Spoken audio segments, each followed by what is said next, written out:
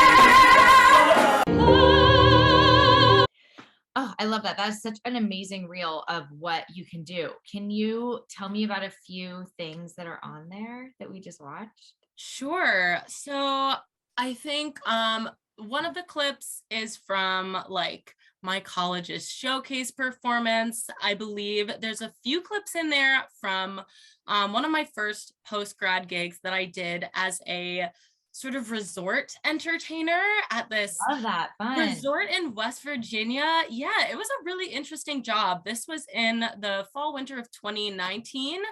Right before everything. Exactly. Yeah. So yeah, it was like a 4-month contract. I was in West Virginia at this resort with this other group of sort of entertainers was like our title, but really we were singers doing like lobby shows and cabaret style shows throughout the resort, which was really, really fun. It definitely gave me a lot of opportunity to like test out so much new material and like grow that roster for myself, which was really helpful. Totally. Your book is like ready to go now. All those songs that you did all the time. I love that. So where were you born and when did you realize that this was your path? Yeah, so I grew up in Maryland. I'm from Laurel, Maryland, Okay. sort of like central between Baltimore and DC. I think the area I grew up in definitely provided a lot of wonderful artistic opportunities for me growing up, which I'm super grateful for looking back. You know, starting in like elementary age, I was doing different instruments and like singing in choir, which was a really big part of my upbringing too. And yeah, I was always a weird little like outgoing kid, very like silly, always wanting to make people laugh, that sort of thing. And yeah, as the years went by and my path sort of led me into more community theater in my area. And then with school, I sort of just realized over time that that was definitely what I wanted to pursue in some form or another. So I ended up going on to get my BFA in musical theater. I went to school down south near like Myrtle Beach, South Carolina. So that was a great time. And then made the move up to New York in 2019. Now amazing. Oh my gosh. So you're in New York now? I am. Yeah. Do you love it? I do very much so.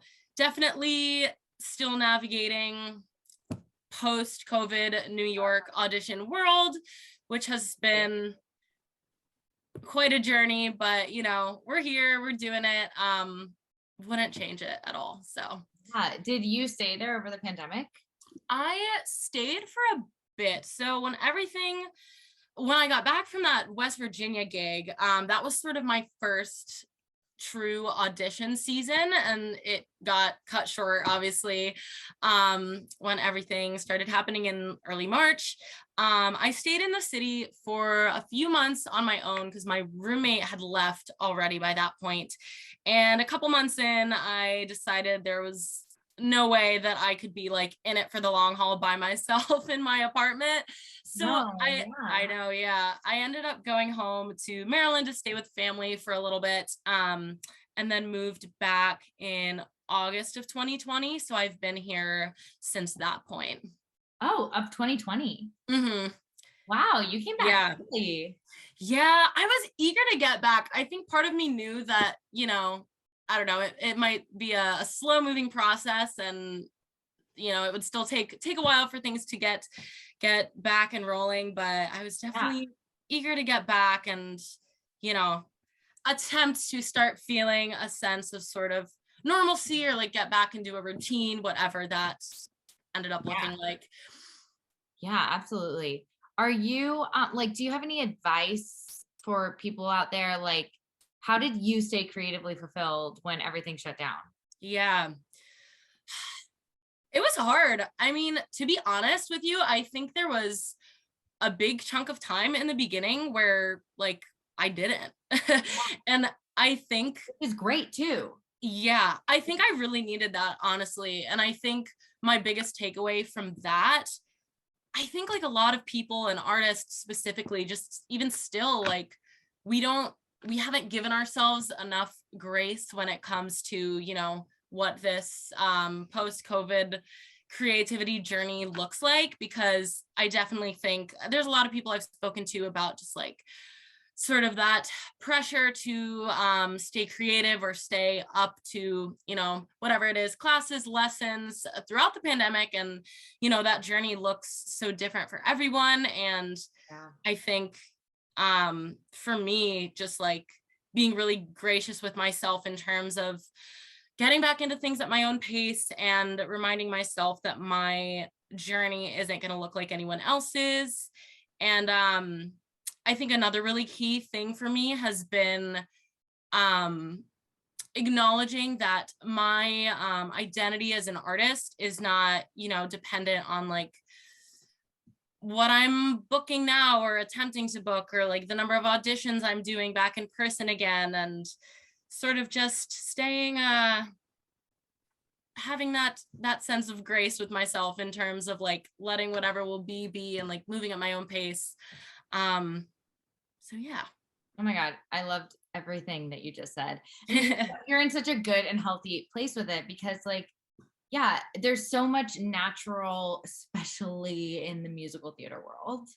There is so much natural competition that comes up. And like if we're in Right. it, if we're not in it for the right reasons, then like all of that very much in New York, I've been there, like can really get in on you and like beat you Yeah, down. it So really like can.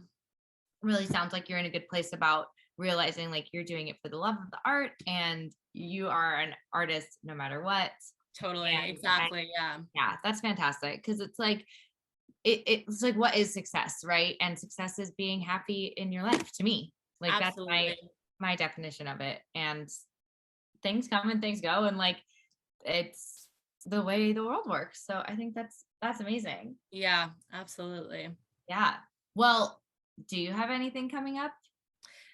At the moment, no, I have nothing It's lined a weird up. time of year. I'm literally asking you like the week before the holidays. I'm like, what, like, yeah, no. Yeah, I mean, no, nothing lined up at the moment. I was actually really grateful too that like back when COVID hit, I didn't have anything that I like had booked that I was about to embark on, because I was like, well, if I had, it would have been wouldn't have happened anyway. So Right. um yeah, I'm definitely gonna be going home for a bit for the holidays.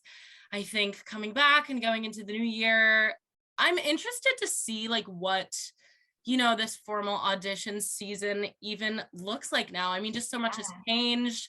I Everything's think, online. right, so So many things are crazy. still virtual, Yeah. which, there's pros and cons for sure. I mean, from a convenience standpoint, I don't hate getting to, do as many takes of things as I want when it comes to submitting for projects. And Not standing outside in that exactly, February New York weather right? waiting Like, to audition.